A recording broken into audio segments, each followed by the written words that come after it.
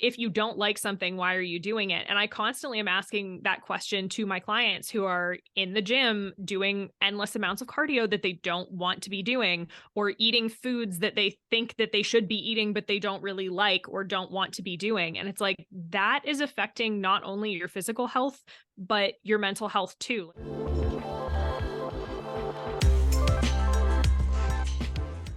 Hello, everybody. Welcome back to your favorite podcast, High Vibin It. It's your co-hosts, Kelsey Aida and Lindsay Robinson here. Lindsay is a hypnotherapist extraordinaire and my best friend, and I'm a best-selling author and transformation facilitator. And my best friend. And your best friend. And today we are joined by a new friend, Miss Paige Harris, who is a functional nutritionist who helps women to release restrictive dieting mindsets and optimize their health and improve their relationship with their bodies, which we are all about, improving your relationships in life because, like I say all the time on the podcast, everything is relationships, right? We have a relationship with food, with dieting, with eating, a relationship with our body, a relationship with our guts, a relationship with our hormones. Everything is relating. And the better we get at relationships, the better we get at life. So that's why we decided to bring Miss Paige on today to help us heal, especially from the lens of food, bodies, which we don't always talk about the 3D so much. We get really spiritual, but I'm excited to bring it back down to earth and touch on this because I think especially in this new year and during this time in history when it can feel so hard to be healthy, it's nice to have people like you who can kind of guide us in the right direction. So thank you for being here and say hi to the peeps. Yes, thank you so much for having me on the show, you guys. And yeah, like you said, I know that there is going to be a difference between physical health and spiritual health, mental health, but really, like you said, they all are very much combined. And oftentimes I actually find with my clients that it's the mental and spiritual health that we need to work on a lot more than the physical health, especially if you're already someone who's listening to the show, chances are you probably take pretty good care of yourself to begin with, because you kind of have to get over those physical boundaries to be able to even get into this space. So I'm sure your listeners are definitely going to be more interested in like the mental connection between health, like the physical health. Yeah. Yeah. And it's true. I know Kelsey was like, we do like to zoom out and see like the bigger picture a lot of the times, but we live here too. Like I live here, I live in this body, and it's nice to know that it's being taken care of, because I think every one of us perhaps on the planet can think of a time where we maybe weren't taking care of ourselves, and we're not the most perfect at it anyway. Even if you are a health guru, I mean, I'm sure, Paige, you have days where you're like, do I want to? Can I? Am I allowed? Am I able to? So can we, before we get into all the, I don't want to say it, juicy stuff. Say it. I love that you knew I was going to say before I said it. Yeah, I have a hard time with that word, and I don't know why. It doesn't make any sense. But before we get into all of the really good stuff and the meaty stuff of, oh, that's worse, of what you do, let's take it back to like what brought you into this realm and kind of what your story is, what's your journey. Yes, absolutely. So kind of like you said, even now having health that I do have, which is great, I came into this space not in great health. I actually ended up becoming a coach in general because I suffered from orthorexia, which is an eating disorder where you are basically obsessed with eating clean, quote unquote, whatever that means to you, and over exercising. And so it was a time in my life when I was in college. I had just suffered a breakup that kind of came out of the blue, and I inquired to my ex, like, why are you breaking up with me? And his answer was just, I don't love you anymore. So, which was awful to hear, but I'm glad that he said it in hindsight. But at the time, I took that as there must be something wrong with me. I'm not good enough. I'm going to get my revenge body. Now, I definitely come from a place of like thin privilege. I've always been a thinner person. I'm really tall. I'm 5'8". So for a woman, like, I have a lot of length to me, but I decided I was just going to be like, I'll show him. And I kind of took all of the type A, obsessive, anxiety ridden things that I had usually put into school and decided to apply that to everything I was eating and the way that I was moving my body. So I started working out to Jillian Michaels DVDs in the morning in my dorm room. And then I would go to the gym at night and do an hour or two of cardio. And I was meticulously counting calories and just kind of made up an arbitrary number for myself, which in hindsight, I don't even know where I came up with that number, but I was like, I am going to eat exactly this every single day. I'm only allowed to eat at these times. And it was really, really small portions of food that definitely were not good for me. And you were studying nutrition, right? So I actually was studying French and political science at the time. That's so very different. Not even anything nutrition yet. Yes. Now I do have my master's in nutrition. I actually just finished that this past Congratulations. end of this last year. Thank you very much. Wow. But I had no interest in anything food related at that point. It was just like a way that I could shift my uncomfortable feelings towards something that I felt that I could be in control over, which is now what I work on with clients, because I know that that's such the big underlying issue. But I was going through that period in my life. It lasted probably about a year or so, I would say. And I was really good at hiding it, which is not what you want. So I got a lot of praise from people in my life and the outside world because, oh my goodness, you're so disciplined. I could never do that. You hear all of these positive comments when on the inside, I was lying in my bed awake at night, staring at the ceiling because I was so hungry and just waiting for morning. I couldn't concentrate in classes. I genuinely don't know how I was able to continue to do school because my brain was just empty all the time. Yeah. Especially now knowing what you know about that connection, you're like, how did that happen? How did it? Yes. Yeah. Yeah. The human body is very resilient. Yeah. And so I started getting weaker. My hair started falling out. I was definitely losing weight. I was freezing all the time. I have a picture of me with some of my friends and we went to the movies in the summertime and I'm wearing a winter puffer down jacket because I was that cold in the movie theater in the middle of summer, which movie theaters are cold, but like not that cold. That was a problem. And then I ended up, because I was studying French, going and spending 6 months in Nice, France, and I stayed in a homestay. So if anybody knows anything about French culture, if you refuse food, you are wrong. I pretty much hear that about every single culture besides Americans. Even some in America too. Yeah. Like it's just a thing where you get offered food, you eat the food. Exactly. And especially if you're like in a in-law situation, you have to accept the food from the in-laws. You must accept the food. Yes, you must. Anyway. But I went over and did that and I kind of lost control over my exercise routine because I had a really small bedroom when I was over there and I couldn't work out in my room. And I also lost control over 2 of my 3 meals out of the day because they were provided by my host family. And it was terrifying at first, but I realized nothing bad happened to me. I didn't suddenly gain 20 pounds. I didn't blow up like a balloon. I didn't get super sick. I had basically convinced myself that if I started eating food, it was going to make my stomach hurt too, which it was because I wasn't getting enough nutrients to make digestive enzymes to actually digest food. So when I did eat enough, I felt awful because my system couldn't handle it anymore. And so going through that period of like regrowth helped a lot. But then I was really nervous about coming back into the States and like jumping into my normal life. But luckily, like I kind of got interested and got curious about what the realness was behind all of these things. Cause we were constantly told, oh, just diet, just eat less, just move more. And that's the way to be. But I started realizing that that wasn't actually helpful to me and probably wasn't helpful to many other people out there. And so when I came back, I actually, as a senior in college, enrolled in an intro to weightlifting class, which was hilarious. And I learned how to lift weights and get strong. And then once I graduated, I ended up getting a job in French translation at first. But on the side, I decided to get my personal training certification and I started training people.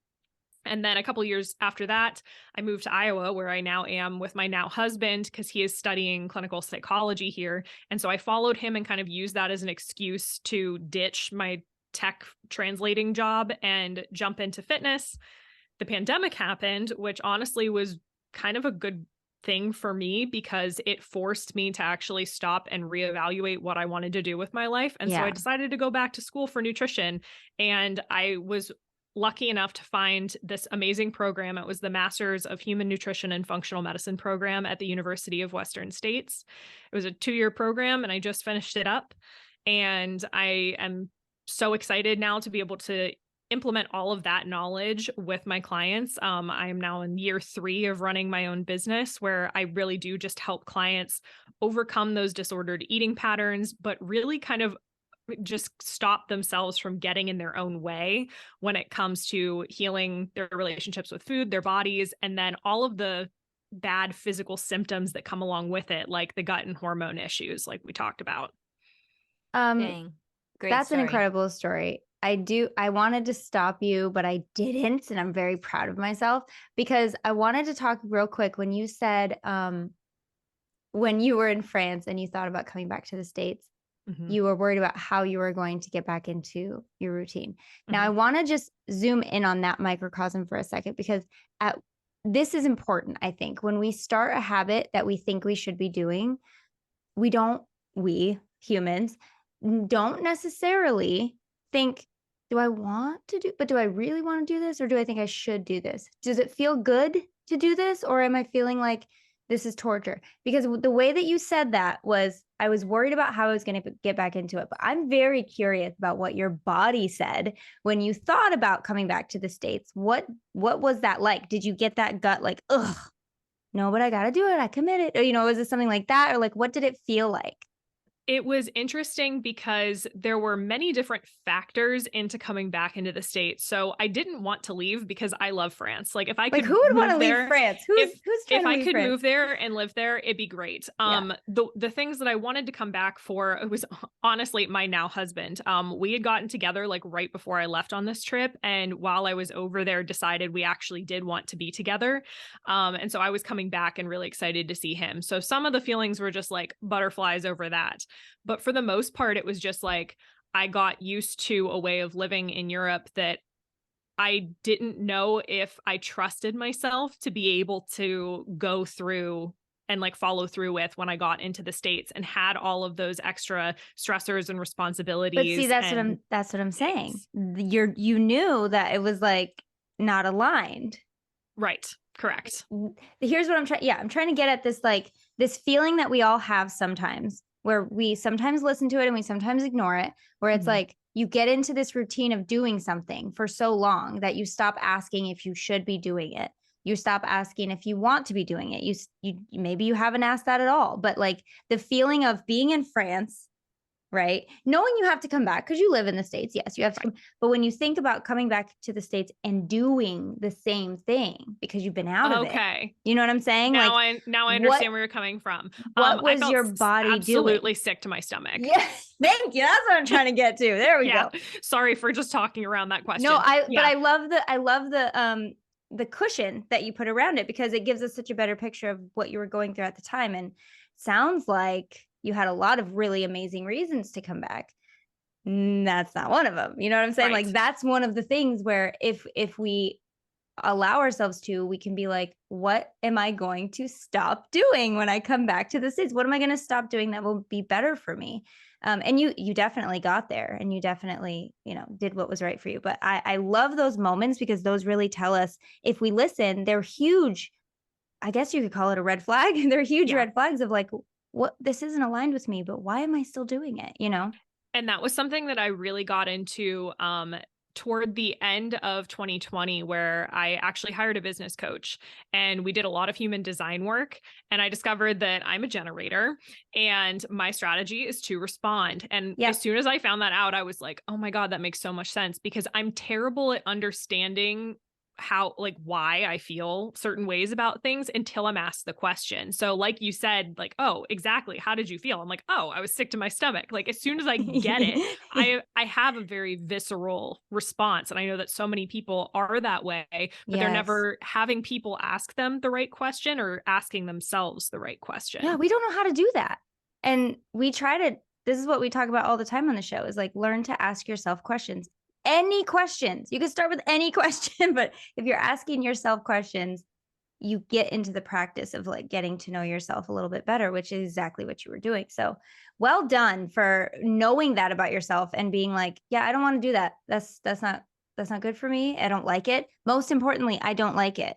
Yeah. If you don't like something, what are you doing it for? Like, it's not doing what you think it's doing. If you don't like it, if you're emotionally attached, if emotional attachment is not good, it is not doing what you think it's doing because you don't like it. And the Spoken same, like a true manifesting generator. Yeah, we Speaking are of both human design. manifesting generators. So we're going to talk about gut instinct a lot on this episode, probably, but yes, that's who we are. exactly. And it's important too to note that like the same principle can be applied to so many things when it comes to physical health. So Yeah. you kept saying, like if you don't like something, why are you doing it? And I constantly am asking that question to my clients who are in the gym doing endless amounts of cardio that they don't want to be doing, or eating foods that they think that they should be eating, but they don't really like or don't want to be doing. And it's like, that is affecting not only your physical health, but your mental health too. Like if you're forcing yourself to eat foods you don't like, Yeah. there have actually been studies where, oh my God, I was just going to mention that. You do it. Yeah, I was gonna say there have been studies where like perception over what people are eating can change the way your body responds to the food. Yes. The most famous one is like the milkshake experiment, where they actually took 2 chocolate milkshakes. One of them was like, they told them that one of them was a health milkshake, and they told the other group that it was just like a Frosty from Wendy's or something like that. And they had both of the people like have the milkshake and then say when they were hungry next. And the people that drank the healthy milkshake were fuller longer than the people who ate the unhealthy milkshake, and they wanted to have more snacks after. And they, at the end, they were like, guess what? It was the same milkshake. Yeah. And they were like, what? They're both Frosties from Wendy's. I hope you liked your snack. Yeah. Exactly. But and it depends also like what you are saying to yourself as you're eating the food. Absolutely. Because if you're, I always use the example of like an ice cream sundae. If you're eating the ice cream sundae and you're like, I can't believe I'm doing this. What am I don't deserve. Like, what is this? This is just going to make me fat. This is just going to go to my hip, whatever it is that you say to yourself. However, I know how I talk when I eat sundae. I'm like, dude, this is so good. Oh my God. And again, I never heard the word thin privilege before, but I definitely have that. I've been under 100 pounds my entire life, except for when I was pregnant, but I'm also under 5 feet tall. So that has a lot to do with it. It has a lot to do with it. But, it sounds like such a small number, and it is a small number, but I don't got a lot of space. No, you're a small person to work with. I'm a pocket-sized person. Kelsey knows. But yeah, I think when you're eating the food, I mean, I know this is another study. Like when I'm eating something that's yummy, I'm like, you know what? That's fine. I was good today. Whatever it is. Like, this is so delicious, and blessing your food is a thing that works. I swear. Like, there's that rice experiment, and I'm going to do it with my kids in terms of like self-talk, because I think it's a really good illustration. But you get 3 jars, you fill them with rice. Everyone can do this, and I highly recommend it. Fill them just a little bit, like a couple scoops of rice in each one. One of the jars, say happy things to. This food is going to nourish my body. This food is amazing. It's going to do it exactly what it's supposed to do. And everything else that I don't need is going to get flushed out. And you don't have to actually eat the rice, but you're saying these things to the rice. The next one is like the control jar, where you don't do anything to it. You just let it be. The third jar is the one where you're like, this is going to make me fat. This is the worst. This is horrible, whatever. And every single time, the one with the negative stuff said to it, the negative energy, which is what we all know it is, it molds faster. It like, it what's the word? Decays faster? Is that? Yeah, like Right decomposes. there you go. I was going to say degenerate, but that's not right either. Decomposes. Yeah. It starts to like waste away in a much different way. The other rice looks, well, the happy rice looks like just normal rice, like happy rice. And then the middle jar is sometimes we'll get like a little bit of decomposition, but not as much as the negative. So I really want to do this with my kids to show them like the things you say to yourself are important. I'm going to make all my clients do this. Like, it's so important. And I think that your perception does more than you think it does. Your perception is the name of the game. And so if you don't like something, it's not doing what you think it's doing. Exactly. So important. And this is something that I work on with people, and I call it intentional eating, where it's gentle nutrition practices, but for the most part, it's just having the feeling of control and choice and knowledge over the foods that you're eating and Absolutely. what you're doing for yourself. So there is totally a different, kind of like you were saying, there is a different mindset between saying, I'm going to go out and eat this pizza and I'm going to hate myself for it and it's going to make me feel sick, but I'm doing it anyway because I want it. I deserve it. And it's like, that's not necessarily the right energy that you want to be going into a meal with. Like, I've earned this food. Right. But if you go into it and think, okay, I'm going to go and eat this pizza and I'm going to have a great time with my partner and I'm going to like sit in a bar and drink a beer and have a good time because it's a Friday and I want to celebrate and this is me celebrating. That is the same food, but it's going to make your body feel so differently that it's absolutely, it's insane. Like going into something and immediately thinking that this is bad for me. That's one thing that I really try and remove in my practice is people just thinking that foods are bad for them. You can make all foods fit. And I know that that sounds crazy, but I would much rather you go in. I actually just had a client before this where we were talking about Oreos. And she was like, I ate 8 Oreos and it made me feel like garbage. And I don't know why I did it. I was just really stressed out. And so I was like, next time, let's try 3 Oreos and some Greek yogurt. And she was like, what? And I was like, yes, you can support your body with some protein and some fat and make your blood sugar feel more stable and also eat the Oreos. I'm not going to be that coach out there that's like, oh, you want Oreos, but let's just have like some cocoa powder mixed in some plain fat-free yogurt. And that's going to solve your craving. Like, no, it's not. Eat the Oreo. Just level it up. I had 3 Oreos last night. Okay. Yeah. Like Oreos are one of the best. I don't care. They are one of the best cookies on the planet. And I agree with you. I love Oreos and they love me too. Okay. Mm-hmm. And I think that you're exactly right. If you can look, we're not speaking to everybody. Everybody is different. But if this resonates with you, there's a reason. That's all I'm going to say. So when you are able to say, and I do this, there are some foods that I know I'm looking at and I'm like, really, Lindsay? Like, do you need it? Do you need it though? And in those cases, if I still want it, I'll say, you know what? I do want this, but I'm only taking in the nutrition from this food. Anything else is going to be released out of my body the way that my body knows exactly how to do. And I think sometimes that makes me feel good enough to be able to feel good about what I'm eating. Just a simple blessing of the food. I'm only taking in the nutritious parts of this food. Everything else will be released out just like it always is because my body knows exactly what to do. Like so simple, makes me feel good. And I think that at the end of the day is the name of the game. You hear about people all the time who say that they, I just look at the food and I gain 5 pounds. Like, well, look at, that's the perception you have. And then you see people who are like, I could eat whatever I want and I won't gain a pound. Because you know what? That's the perception you have. And your brain is extremely powerful. It's not the end. There are biological factors. I'm trying to like walk the tightrope of like. I see what you're doing. I don't want to say like, oh, well, my situation. But listen, we can only speak from our experience. I've experienced a lot of different types of bodies as clients. I've experienced a lot of different types of bodies as myself. I know I've always said I've always been thin, but I've also been pregnant. I've also had hormone imbalances. I've also, all of these things. I've also had a breakup.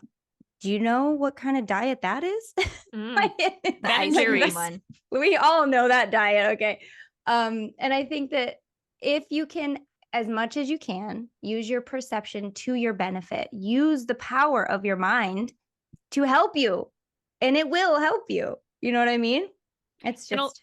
And a lot of that comes too, though, from using the power of your mind, but then also being cognizant of the feedback that your body is giving you. Totally. So with that client, she was like, I ate these Oreos and afterward I got super anxious and then I had a total energy crash in the middle of the day and I was just like shaky. What can I do to prevent that next time? And I was like, we're going to add some protein and we're going to add some fat with some yogurt or, whatever other food, but crushed up Oreos and yogurt's delicious. So that's always my go-to. I've never actually had it in yogurt. I just dip it in I'm an old school, dip it in the milk and then that could work put too. Granola in your yogurt. I just had that before this call. Granola in my yogurt. Crushed in yogurt really is giving me like a McFlurry vibe, which that's always been one of my weaknesses. Vanilla ice cream with Oreo McFlurry. Is it a weakness though, or is it a strength? Because it sounds like a strength to me. It's what's the word I'm looking for? A guilty pleasure. But now it'll just be like a pleasure without the guilt, we go. Since we've had this conversation. Because what I'm hearing in summary is The shame game, no bueno, not going to help you. And a means to an end attitude, like when you're trying to manifest anything, is also not helpful, because if you would just go to the end state that you're wanting, chances are you can access that much more easily and quickly than all the hard, tiresome, efforting things Oh that my you're God. trying to do to get there. Like, oh, I have to eat these vegetables that I hate so I can be healthy. Like you just said, that doesn't work. So Correct. tell us the way that does work. How can people start to eat better in a way that's enjoyable for them and nourishing for them, like on a whole level? So I do a couple of different things. And like you said, everybody's going to be different. One of the big principles of functional medicine is that everyone is bio-individual. And so everyone's going to have a different experience with all of these things. But for my clients, what tends to work most is coming at things from, I call it the imperfect plate approach, where for most of your meals, you should try and get in a source of protein, a source of fat, a source of fiber, and a source of carbs. And yes, I did say carbs because women are often terrified of eating carbohydrates, but that they shouldn't be. Now, if you're going to eat a bunch of naked carbs, like having a bunch of Oreos or a bunch of sugar all at once, you're probably going to feel pretty icky after. So I've never heard naked yes. carbs. I've heard Yes. empty carbs. Is that the same thing? Empty Yep. and naked. I like naked better. Okay. I like naked carbs because you can dress them up. So that's like my favorite thing to do with people. So it's like, oh, okay, if I'm going to have a snack and let's say I want to go and have a handful of pretzels, have some pretzels, put some peanut butter on them. There you go. You added a little bit of fat, a little bit of protein. That's going to keep you more full, more satiated, and not have that up and down energy crash. And you still get to eat the pretzels. And it's leveling up because who doesn't like peanut butter and pretzels? It's so delicious. Exactly. It's like a treat. And where people go wrong is they think, okay, well, if I'm going to go on a diet, I'm just not allowed to eat this thing. And so I'm just going to eat celery sticks and carrots. And while I won't knock a good carrot stick with hummus or something like that, if you're telling yourself that you're only allowed to eat that food, it's not going to end up being good for you. And chances are too, you're probably not getting in enough nutrition to keep your body running smoothly when it comes to gut health and hormone health, especially for women. There's so many issues, like you mentioned, about people saying, oh, if I even look at that food, I gain 5 pounds.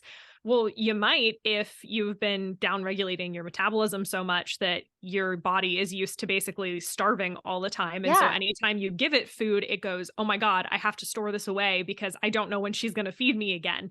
You just proved in this episode, in the first 5 minutes, that you can train your body to get sick if you eat. Like, I know that people who have had struggled with anorexia, bulimia will have had the same thing. Like, I couldn't even eat. And when you have we used to rescue like kittens and stuff, and they've been like not eaten for a while, and you can't just feed them. You have to feed them such little amounts at a time because their body can't take it. Like, you train your body to a degree. You definitely do.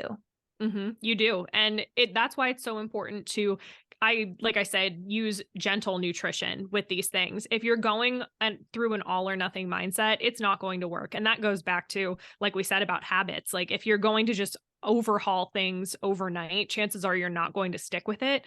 But if you decide to tomorrow, for example, say, okay, well, usually I just have a sandwich for lunch and it's mostly bread, and not that there's anything wrong with a sandwich, but like I want to start eating more vegetables, like have a side salad. Yeah. Add things, not necessarily take them away. Because then when you start adding things and you realize how good those foods end up making you feel, you're going to be more likely to gravitate toward them anyway, and less likely to gravitate toward things that aren't really nourishing your body as much. Yeah. The add or replace attitude is very helpful, because if you're just taking things away, you're going to feel lack, you're going to feel hungry, you're going to feel starving, like spiritually, it's going to feel like and a punishment. nutritionally. Exactly. And punishing yourself is not the way to more self-love and more nourishment. Okay. It's a system of inclusion. So, like, for example, my parents, they swapped like their morning cereal for oatmeal with like a little bit of honey, a little bit of cinnamon, a little bit of fruits.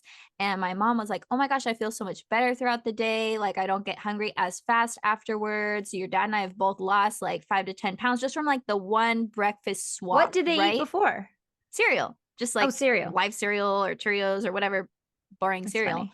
And it's just can be as simple as that. And I think we overcomplicate it. And especially with health, it's like, we all know what to do, but we don't do it. Yeah. Why We all don't know we what to do do. it? It's not Ugh. rocket science to eat well, right? Well, Yeah. and It's here's the like- thing. I know the answer to this question because I am one of those people.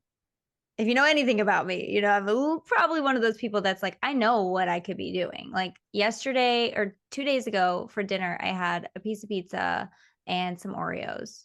And I don't usually have those days where I'm like, oh, I just ate so much stuff, because I like to mix in some other good stuff. If I'm gonna eat what I want, like you said, I add in some nice things that I know will be good for my body. But that was a day where I was like, I don't know why I did that. And then yesterday, I made myself a green smoothie. Kelsey, I made job. myself a green smoothie with yogurt and fruit, fresh fruit, and all the things, almond milk instead of dairy.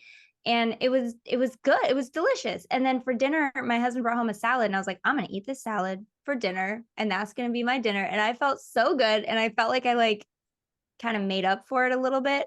But I know that the answer to the question of why we don't do it, it's because the motivation isn't there. Whatever you need to motivate you, we don't have. And for me, the biggest motivation to eat maybe not the healthiest food is because it tastes delicious. I love the taste and my mouth likes it and my tummy thinks it's great. And sometimes I just like to eat it. But I think the motivation for me specifically to get healthier and to regulate those things and add in more healthy stuff is because since having 3 kids, I know for a fact that my hormones aren't where they should be. Like, I just know they're not. And I think that even if I didn't have kids, I think most women probably have an issue with their hormones and they don't even know it. I went to the doctor and the doctor told me my hormones were fine, but I know they're not. And I know you hear this a lot, Paige. So I do. What do I do? Like, what do people do what can I start doing if that's my motivation to get my hormones on a regular, like to feel more normal and not get tired in the middle of the day and not like, optimization, hormonal optimization. optimization. Let's talk. Yes. Talk. So number one, having 3 kids, applause to you, because that is honestly one of the hardest things that a woman can go through. Like, we are superheroes when it comes to that kind of thing. Yeah. And like you said, like when you do have children, you actually lose, I believe it's a third. It might be more. I don't want to hear. Don't finish that sentence. What is it? What? Of your body's stored vitamins and minerals. They all go to your kid.